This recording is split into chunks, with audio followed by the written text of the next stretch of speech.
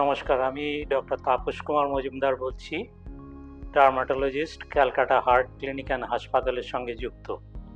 এই সপ্তাহে sunscreen awareness week চলছে, অর্থাৎ সানস্ক্রিন লাগানোর ব্যাপারে আমাদের একটা বলছে অনেক জায়গা থেকেই, সেই জন্য আমি এই টপিকের উপরেই বলছি।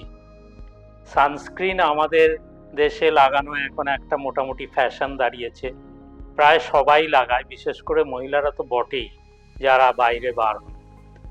এখন আমরা দেখি যে সানস্ক্রিনটা লাগানোর আমাদের কতটা যুক্তিযুক্ত।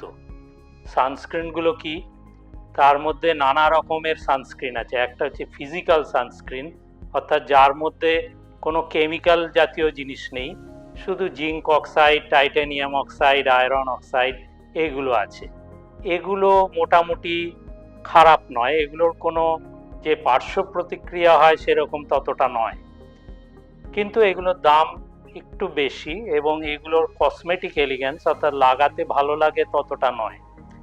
যেগুলো কসমেটিক্যালি এলিগেন্ট, লাগাতে ভালো লাগে এবং যেগুলোর এসপিএফ অনেক বেশি, যেমন 50, 60, এখন 115 পর্যন্ত পাওয়া যায়, সেগুলো কিন্তু কেমিক্যাল সানস্ক্রিন থাকে, ফিজিক্যাল সানস্ক্রিনও থাকে, আবার দুটো মিলিয়ে থাকে, তাদের বলে হাইব্রিড সানস্ক্রিন।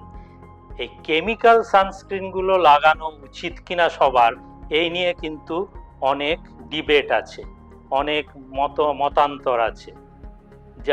যেমন এগুলোর অনেকগুলো আবার আমাদের যে এন্ডোক্রাইন সিস্টেম আছে, আমাদের শরীরের যে হরমোন টরমোন বেড়ে এগুলোকে ডিসরাপ্ট করে অনেকগুলো। এগুলো কি বিনা কারণে লাগানো উচিত? উত্তর আমাদের এখনো জানা নেই, তবে বোধহয় লাগানো উচিত না। আর সানস্ক্রিন যেগুলো